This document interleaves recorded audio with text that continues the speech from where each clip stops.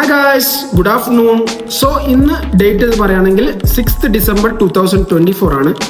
അപ്പോൾ ഇന്നലത്തെ വീഡിയോയിൽ നമ്മൾ പറഞ്ഞിട്ടുണ്ടായി ഇന്ന് രാവിലെ 10 മണിക്ക് RBIയുടെ ഇൻട്രസ്റ്റ് ഡിസിഷൻ വരുന്നുണ്ടെന്നും നമ്മൾ ഇന്നലെ 3:20 ഒരു ലോങ് സ്ട്രാഡൽ പൊസിഷൻ എൻ്റർ ചെയ്തെന്നും അതിൻ്റെ പ്രോഫിറ്റ് ആൻഡ് ലോസ് ഒക്കെ ഇന്ന് റിവീൽ ചെയ്യുന്നൊക്കെ പറഞ്ഞിട്ടുണ്ടായി.